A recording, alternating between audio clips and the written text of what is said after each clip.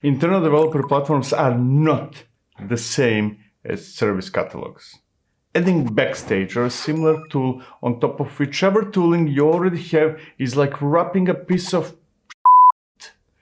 with a gift wrap. The wrap is nice, but only until you open it and realize that it's inside it.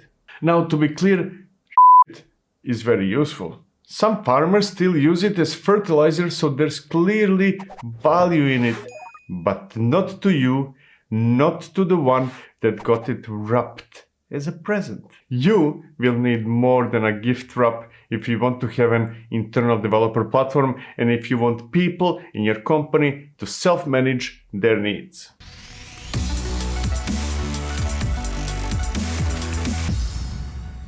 Let me recap SDLC we discussed in this video. An engineer writes some code. By code, I mean something that can be understood by machines, and that means Java, Go, or JavaScript code, but also shell scripts, a YAML manifest, or anything else understood by machines. That code is pushed to Git, and that starts a CI/CD process that runs unit tests, builds artifacts, scans the code, and those artifacts, deploys the artifacts somewhere, runs functional and other types of tests that require the process to be up and running, and finally observes the process until it is replaced by the new release.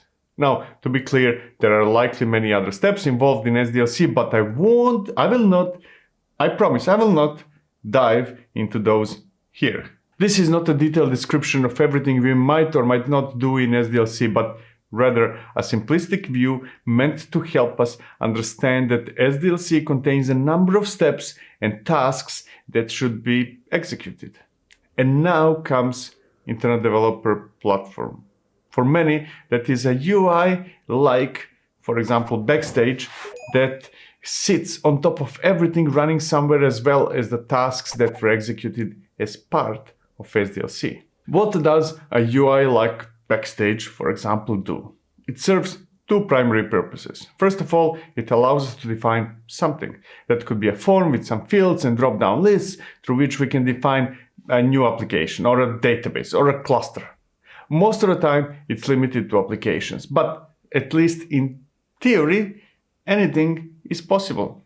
Those definitions can be presented to the user or pushed directly to Git. Further on, we can use it to observe stuff. That can be applications running in a cluster, results of unit tests, builds, security scans, deployments, functional tests, or even metrics, logs, and traces of the processes running in production. Now, since each of those tend to have a lot of information and might have fairly complex representations, we often get a summary of what's going on with a link to some other tool where we can see more details. That could be, for example, a summary of an execution of Jenkins or GitHub Actions builds, which lead to those same tools for more details.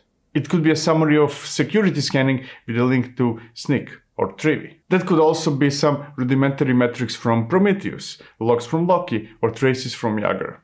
All those might lead to an endless number of dashboards in Grafana. Now, that might seem like a great solution, right?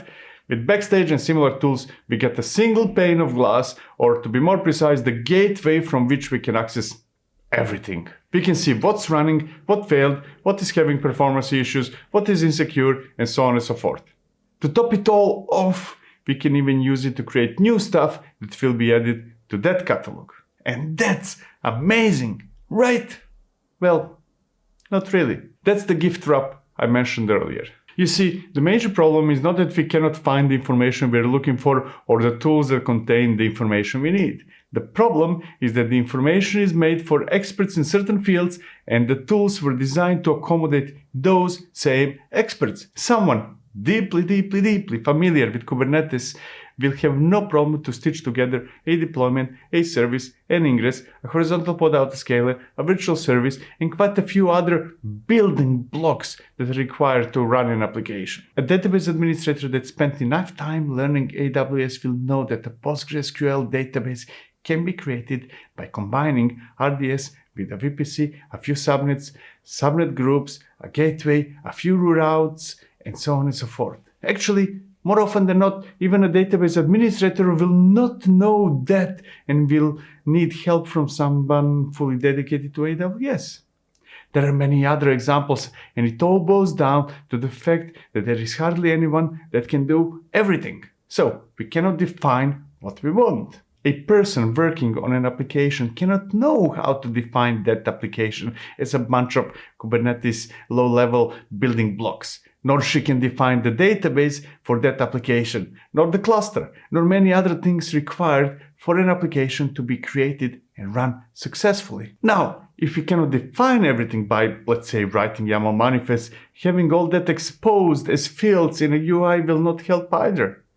Moving on, everyone knows Git, so it should not be a problem to push stuff to Git if only we would know what to push. Unit tests are certainly a problem. If I do not know what I am defining, I certainly cannot write tests for that something.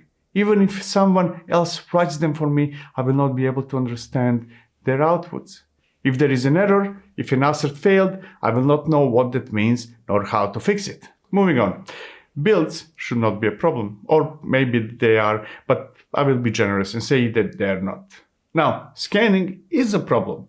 It's probably the most dreaded of the steps in SDLC.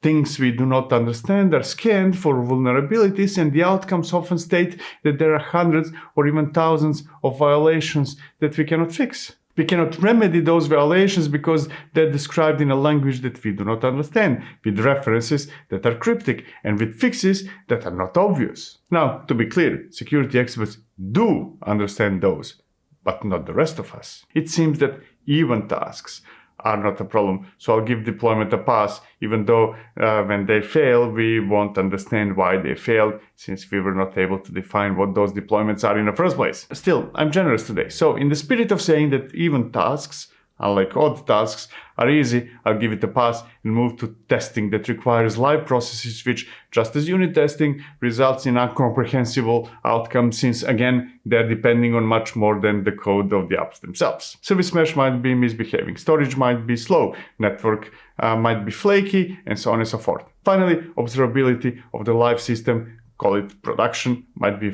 fighting with security scanning for being the most dreaded of the steps in SDLC. There's memory and CPU usage, there are both application and system logs bundled together, there are traces, and so on and so forth. All those are often tightly coupled with the infrastructure, networking, storage, security, and many other things that are not part of the application itself. All in all, we have a shiny UI that allows us to catalog and observe everything from one place, with redirections to different tools for more details. That's mostly useless for majority of us. If you're not an expert in one of the fields, the information is too hard to digest, and the tools you're led to were designed to serve someone else. Experts in those areas will go directly to those tools bypassing whichever UI we put on top, while the information the tool is representing is almost useless to anyone else. We just wasted time setting up, developing, and maintaining Backstage that serves almost no one. Does that mean that a UI like Backstage is useless?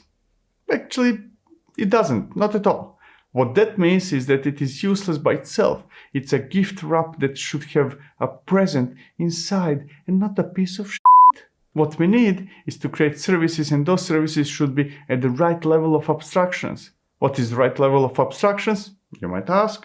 Well, if you're creating a service that will act as an application or a database or a cluster, the users of that service are your customers. The right level of abstraction is whatever your customers, other users, would like it to be. For example, when I shop on Amazon, they're the service provider and I'm a customer. They know that I might want to have standard shipping that takes a couple of days, or that I would like to pay for express shipping and get it the same day. The level of abstraction they created contains a single question asking me whether I want standard or express shipping. There's also advanced settings that allow me to choose the time of the day when the shipment should arrive. Then there are things that I am not asked, that I do not need to worry about. I'm not asked whether it should be shipped with trucks or planes or boats or a combination of those. I am not asked which highway trucks should take. I am in control of things that matter to me, and those that do not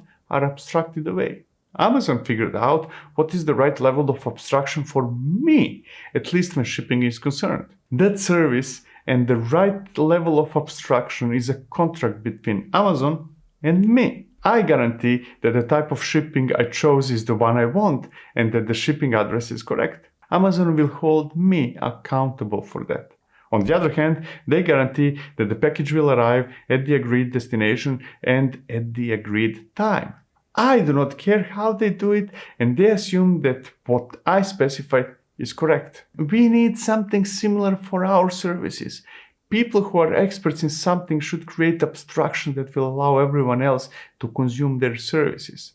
That can be applications, databases, clusters, or anything else. One of the tasks of providers of those services is to make sure that the lower level resources are spun up from instances of abstractions the end users create. If, for example, I create an instance of an application and that application should be running in Kubernetes, the job of that service is to create and manage lower level resources like deployment services, ingresses, horizontal pod autoscalers, and so on and so forth. Once we create such services with such abstractions, the first issue in the SDLC is solved.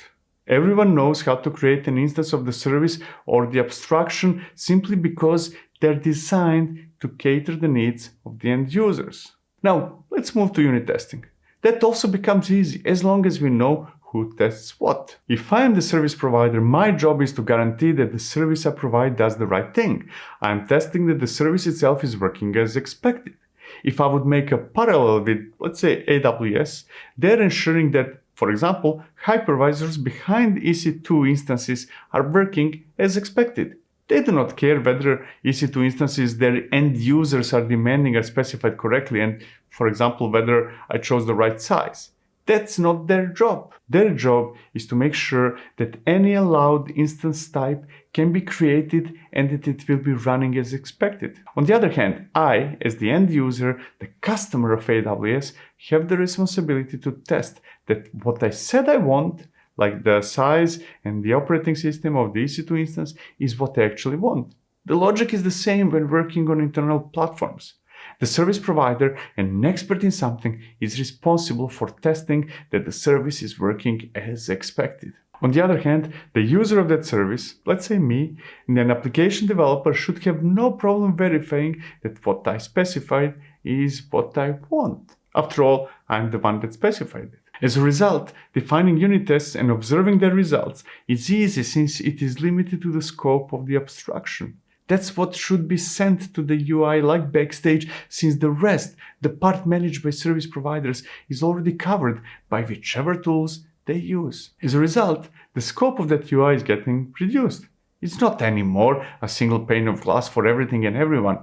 That would be a waste of time since each of us is already familiar and used to tools that are specific to whichever type of work we're specialized in. Instead, the UI is becoming a single pane of glass for people who need to do something that is outside of their area of expertise.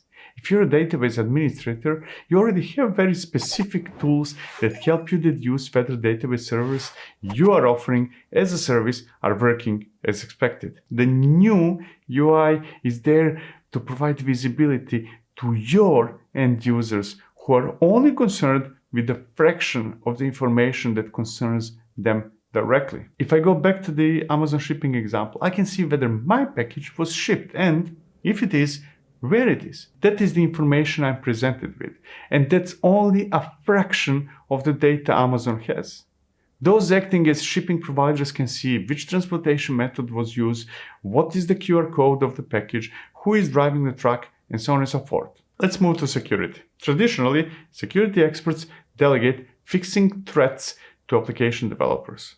That almost never worked for a simple reason that they often do not understand low-level details involved in security issues, especially since many of the issues can be fixed by upgrading the operating system or the base image or an operating system library and so on and so forth. It is unrealistic to expect someone to fix something he or she did not choose or did choose but randomly. However, once we move towards providing services consumable by application developers, we have a clear separation who should fix what. Is the security threat caused by something you defined? If that's a library you imported into the code you wrote, it must be your responsibility to fix it. If it's an outcome of consuming a service created by someone else, it's someone else's responsibility to fix it. And here comes the tricky part. The vulnerability can be caused by one person or a team using something that is defined by you, but managed by someone else. For example, a database administrator might have created a database as a service and you're running an instance of it. That could be, for example, a PostgreSQL 13 database. Now, there are two scenarios that could have happened. You might have created an instance of the PostgreSQL 13 database provided to you as a service that already has known vulnerability. If that's the case, the database administrator that provides that service should have known better and set up policies that prevent you from doing that in the first place.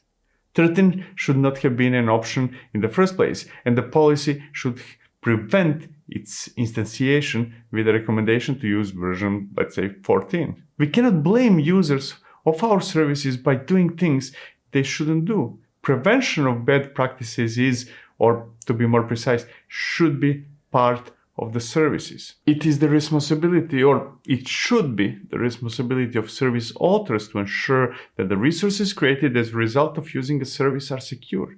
And it's up to users of those services to make safe choices within the scope of the abstractions. That means that service owners, the authors, should be scanning low-level resources created from service instances, while service users should scan the instances themselves, those created through abstractions. Hence, we solved the security part of SDLC.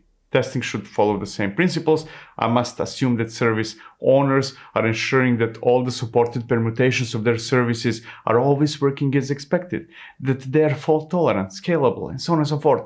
The customers, the service users, only need to ensure that they chose what they want and not much more. For example, if I create an AWS EC2 instance, my job as a service user is to ensure that I selected the size that suits my needs and the operating system I want to use. Almost everything else depends on AWS, not me. They need to ensure that there is enough capacity to create that EC2 instance in the zone I selected, that it is up and running for as long as I need it to be up and running, that it is accessible, and so on and so forth. That creates a clear delineation of who tests what. I, the user, test that my scripts are making the API calls to AWS API, and AWS ensures that what's happening after those calls is correct. We can think of that division as before and after something reaches the API. The same is valid for internal services. If a user needs a database, that user needs to ensure that the API call is correct and that the information provided in that request matches the desired state. Whatever happens after the API inside the control plane is the responsibility of service owners to test in order to guarantee proper functioning of the service. Finally, we get to observability. This might be the biggest difference between the data and the tooling used by service owners and service users. It is pointless to expose to end users anything that is not a part of the service abstraction we created.